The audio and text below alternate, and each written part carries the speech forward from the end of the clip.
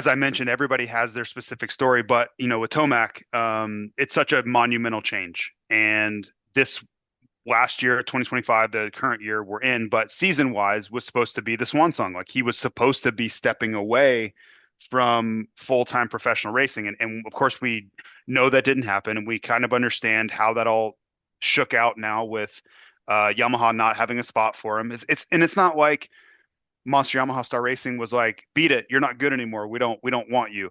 This was budgetary stuff, right? And if Eli Tomac would have said, yeah, man, no problem, I'll ride for 100 grand, he would be on a Yamaha. Like I promise you, he would be on that team. But that's not how the world works. And Eli Tomac commands a very large paycheck, one of the largest in the sport, and he was going to go out and get it. And Red Bull KTM was in a position where they needed that. They needed a race winning caliber guy to come in. So, necessity meets opportunity, and now you have this burgeoning Eli Tomac Red Bull KTM partnership. It's a 1 year deal, but there is no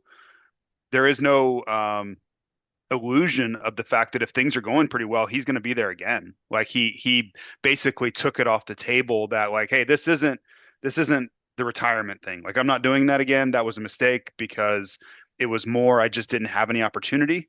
And now that I do, I don't plan on this being the last year. Whether that is or isn't, things, injuries, and if poor performance, a lot of things can affect that. But he definitely wanted to make it clear that he won't be doing the retirement farewell thing in 2026 because he doesn't want to. Like he wants to kind of continue racing. And when you look at the level of performance that he's on, can you really blame him? That leads to a sidebar. We were talking about all these 250 guys that kept kind of coming in the room, and they're getting a little bit older. There's a lot of kind of veteran 250 guys, but you think about the state of play in the 450 class. There's a lot of wily veterans that are 29, 30, 31, 32. I mean, you go down the list: Webb, Roxon, Tomac, Savachi, Anderson. There's more guys, but there was a long list of guys that were like over like 29, and we were comparing it to how like Ricky and Dungy and Villapoto, they all quit at 27, right? So they would be in if you went back 10 or 20 years, that whole crop of guys, and I am blanking on more names, but they would be gone, and there would be a big vacancy of 450 positions that guys would be filling. Jordan Smith would have already moved up. RJ would have moved up several years ago. So we were kind of talking about why is there so many veterans in the 250 class? Well, they don't have anywhere to go. Like those positions are not available until we see kind of a mass exodus due to age in the 450 class. And then there's going to be this title shift. There will be a big move and a big kind of ushering in of young 250 talent. We were talking about Garrett Marchbanks. Garrett Marchbanks was a example of that where Cowie was kind of like searching around, and like you have McAdoo who's been in the 250 class a really long time.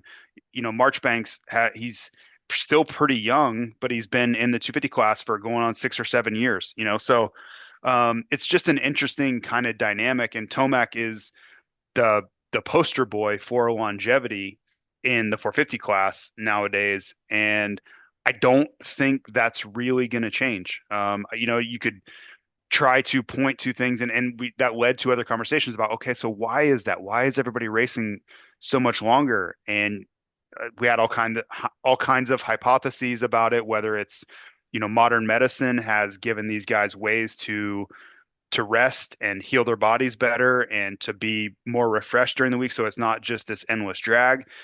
But I think some of it too is I don't know if it's pressure is the right word, but I just remember being in those days, and the mood amongst the racers at the top was extremely heavy. Like there was a lot of kind of ill will and a lot of competitive fire.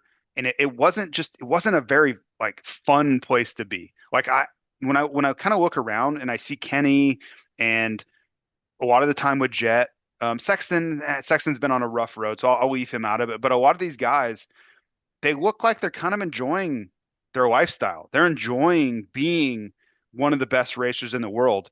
And when I look back and I different eras, Villapoto, I think Dungy for the most part, for sure. Ricky, James, Chad, those guys, they were not enjoying it. Like were they living out their dream? Sure, absolutely. But this was not like a, hey man, I'm loving every second of this thing. It wasn't that. It was, this is what I've worked my whole life for, and I'm going to maximize it and make as much money as possible, and then I'm going to ride off into the sunset. So it's just a different dynamic, and I think in the end, that is why you saw longevity, the likes of like Justin Brayton, these guys racing so late into their career, is just the mood in the paddock. It's just a different dynamic than it used to be, for better or for worse. I don't know which is better or worse, but what I do know is that it's leading to riders wanting to stick around because they're not miserable. They're not feeling the weight of the world to be out there. And then they're like, as soon as they feel like they're financially secure, they bounce because they're like, I don't want to deal with this anymore. I don't like feeling like this. I don't like, losing. Like getting second place for those guys was utter failure.